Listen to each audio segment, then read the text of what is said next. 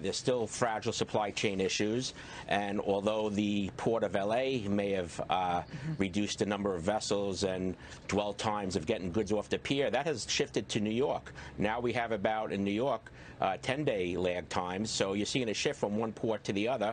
And keep in mind, we still have the peak season, which is coming about right now, where all the back-to-school and holiday goods are starting to be imported into the U.S., barring another black swan, I call it, the Port of Black Swan in China, where you never know, one more issue that's going to raise its head and create another disruption. Credit card debt has increased. It's taken longer for consumers to pay their debt, and I think a lot of the spending was due to retailers given special sale items on excess inventory that they had from the previous months. I went into a major retailer recently just to get a feel of the products in there, and I'm seeing summer goods when it should be fall and winter goods for children. So I really think that going into especially 2003, it's going to be very dismal. So the railways in general handle a third of the cargo, millions and millions of rail cars of coal, commodities, motor vehicles, grain, exports. It's really the lifeline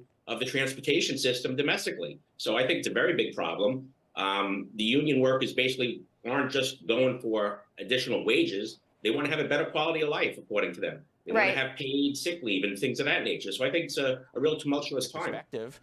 Just because the strike was averted by Congress, okay, half the time I tell my kids to do their homework and go to their room, they're not doing their homework and they're doing something else. So how do you know that the railmen are not going to actually, when they get their back pay, it's been alluded to that they're going to do early retirement.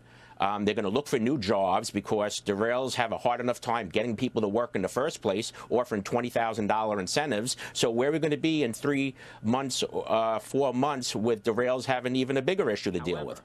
I'm dearly concerned about the mid-market companies who have cut their capacities from the steamship lines, who are going to have to pay rates above the contract rates that the large corporations are getting, and they're going to really be in a squeeze play. Because they're going to have to scramble to get their freight in.